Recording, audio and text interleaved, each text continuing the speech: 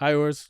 Hey. Glad to have you here today. We're going to be talking about the difference between a Swiss wealth manager and kind of a DIY broker account that might be offshore or open to investments outside of the US. Could you kind of explain what the Swiss wealth manager does and the access that they give you versus kind of a DIY type do-it-yourself broker account? I mean, one thing for sure is like it gives you freedom to use your time as you wish. I mean, there are certain people they really enjoy to be active on the stock market, but even there, it is also next to the freedom you gain, it is also to have someone in place who takes on the responsibility, who has a different perspective on the economy, on how certain things are moving, how certain investments are valued. And so it is also kind of a protection to you to have someone who is not, I would say, emotionally attached to the assets in a way that these are my assets. It's more like you're kind of a step away, and Right. so you're more rational when it comes to the assets. So whether you have to cut losses or whether it is time to realize some gains. And so there are these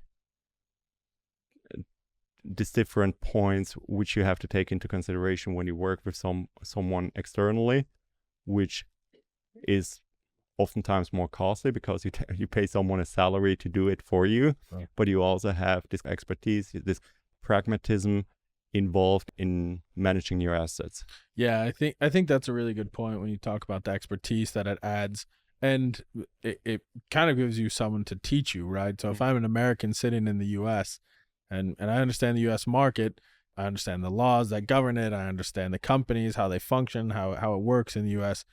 Not everything is one for one investing outside of the US. The Japanese market is going to be very different than the Australian market. Right. The Swiss market is going to be different than maybe even the German or the English market.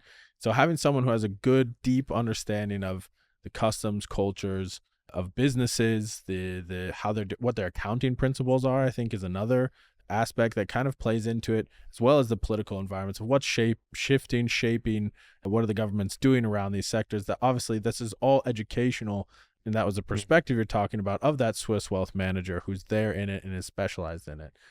I think the other point that maybe is important is when you work with a Swiss registered investment advisor, you're going to premier private banks. So you have very stabilized client-focused banks. When you do a DIY broker, it's not saying that they're bad or negative, but it has a different service level and a different kind of, I would say, stability of the banking itself. Yeah, that would have brought me to the next point as well, where we as an asset manager, we have many clients with a specific bank or with different banks which we represent. And so it gives us a certain leverage to get the best deal out for you. Even like with all the safety you get, you have like better access, you have maybe lower minimums, you have additional services you might not have otherwise.